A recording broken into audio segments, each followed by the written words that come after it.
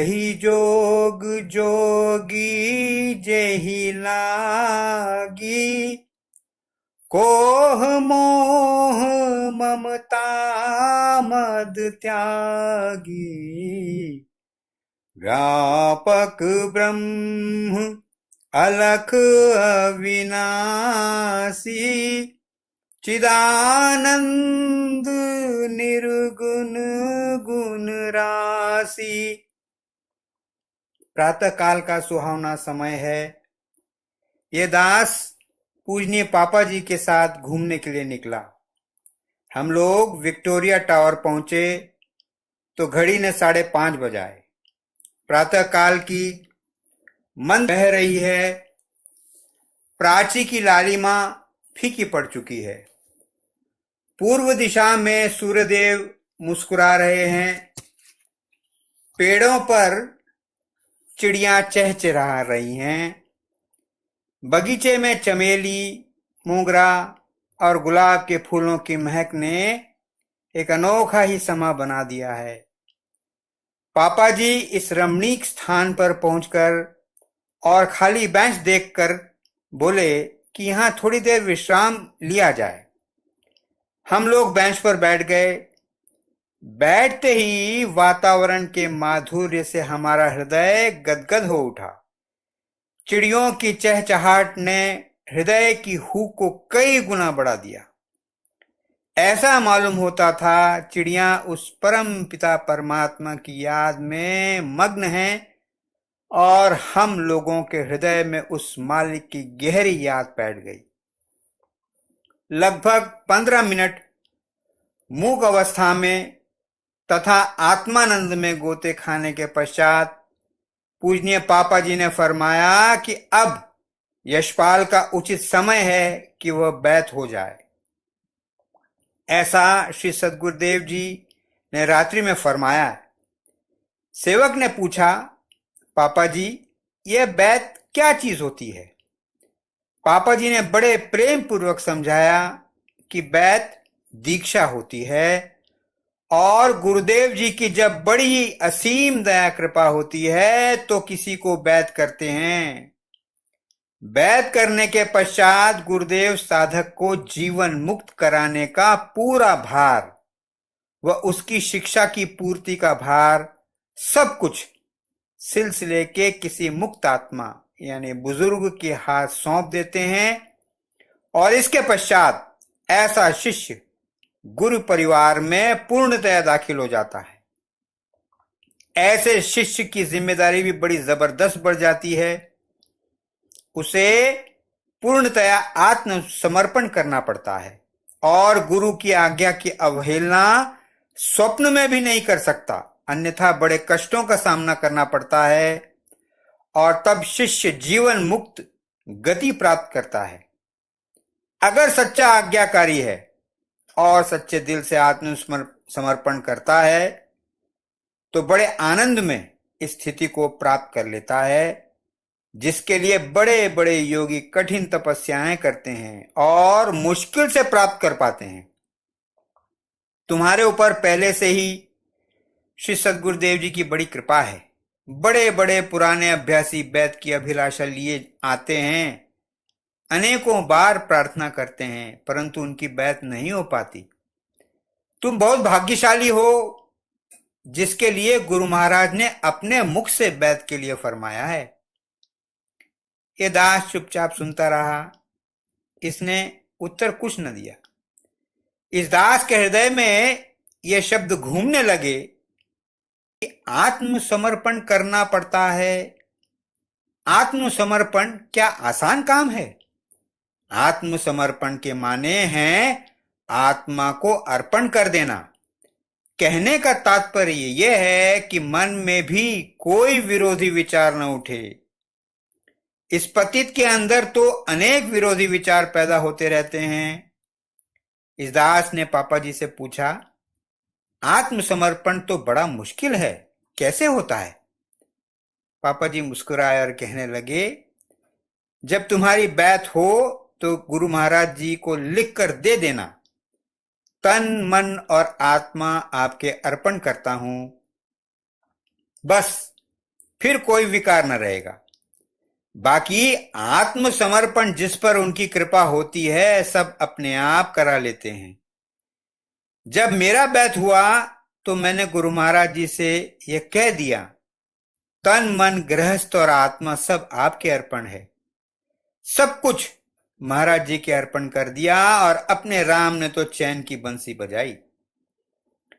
इसके बाद पापा जी ने फरमाया, मालूम है कि इस सेवक का बैत कैसे हुआ? अन्ना जी यानी पापा जी की धर्मपत्नी अध्यात्म में काफी तरक्की कर गई थी। उन पर परम संत महात्मा रघुवर दयाल जी तथा श्री सद्गुरुदेव जी की बड़ी कृपा थी और मैं बड़ा खिलाड़ी था। मन आया पूजा में बैठा, नहीं आया तो नहीं बैठा। एक रोज मैं कानपुर चाचा जी परम संत महात्मा रघुवर दयाल जी के पास गया। उन्होंने कहा, अरे पंडित, तुम्हारी वजह से तुम्हारी धर्मपत्नी की तरक्की रुकी पड़ी है। अब वह समय आ गया है कि तुम कुछ करो। पापा जी ने उत्तर दिया, सुनो चच्चा, पापा को करना धरना कुछ नहीं, करना धरना आपको है या बड़े भैया को। जो मर्जी हो आप करो या करवा लो। अन्ना जी की तरक्की रुकी पड़ी है सो इसका दोष मेरे ऊपर कुछ नहीं। जो कुछ करवाना हो आप करवा लो। चच्चा जी ने मुस्कुराकर उत्तर दिया, पंडित तुम बड़े टेढ़े हो, बहुत टेढ़े हो। अपने आप कुछ भी नहीं करना चाहते। लाओ तुम्हें एक तरकीब बताता हूं, तुम्हारा दोनों का कल्याण हो जाएगा। बड़े यानी परम संत ब्रिजमोहन लाल जी को पकड़ लो और उनसे तुम बैत ले लो, सब ठीक हो जाएगा। पापा जी बोले कि बहुत अच्छा महाराज, और अगले दिन अन्न पानी सब छोड़ दिया। प्रातःकाल चाय आई। चच्चा जी महाराज ने कहा, चाय पियो पापा। पापा जी ने उत्तर दिया, आज तो मैंने व्रत रखा है, जब बड़े भैया बैत कर लेंगे तब खाऊंगा। चाचा जी महाराज ने कहा कि पूछ तो लेते, व्रत बाद में रखते। पापा जी ने उत्तर दिया कि आपकी आज्ञा हो चुकी है, अब आप जाने और बड़े भैया जाने। चाचा जी महाराज बोले, अरे भाई, बड़े से कह तो दो कि तुमने व्रत रखा हुआ है। पापा जी ने उत्तर दिया कि वह आप जाने, चाहे आप बैत करो या बड़े बैत करें, पापा को बैत होना है, जिससे अन्ना जी का रास्ता खुल जाए। चच्चा जी महाराज चुप हो गए। पापा जी ने दिन भर निर्जल व्रत रखा।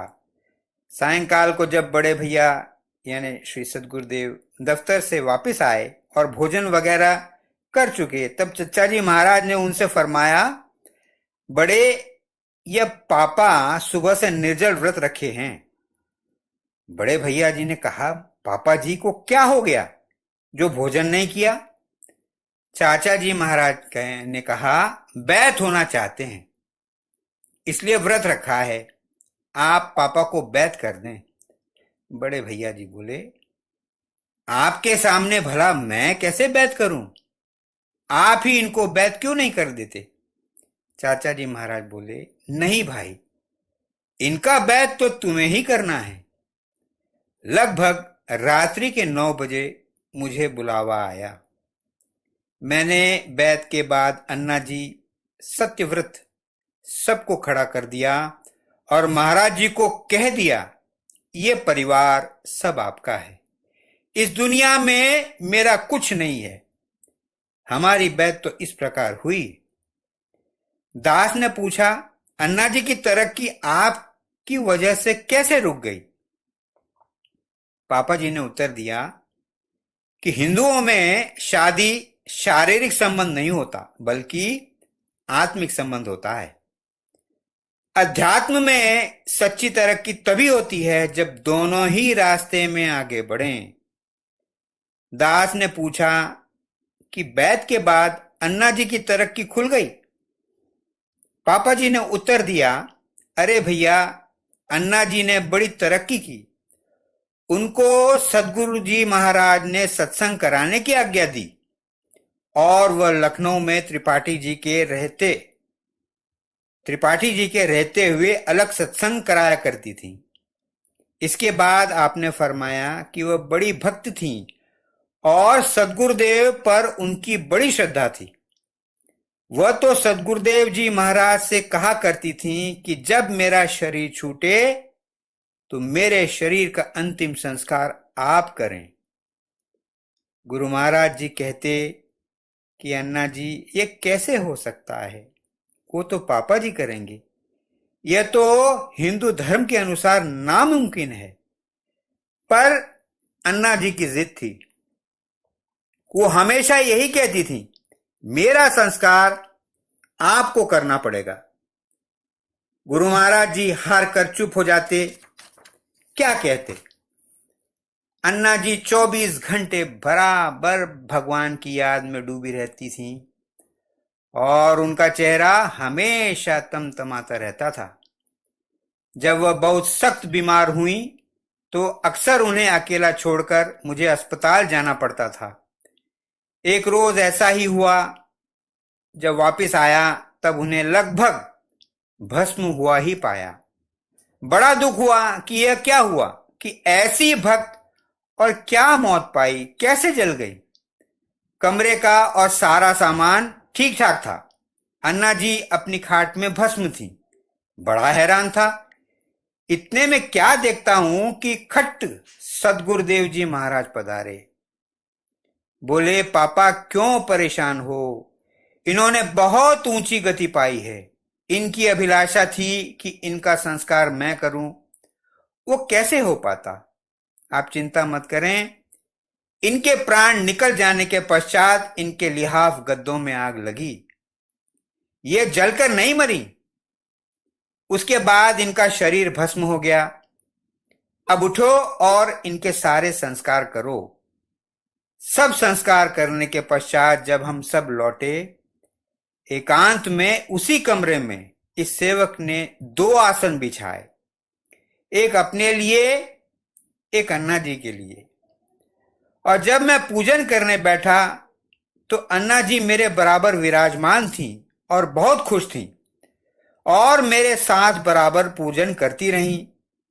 मुझे पूर्ण विश्वास हो गया कि उनके प्राण निकलने के बाद उनके कपड़ों में अग्नि का प्रवेश हुआ।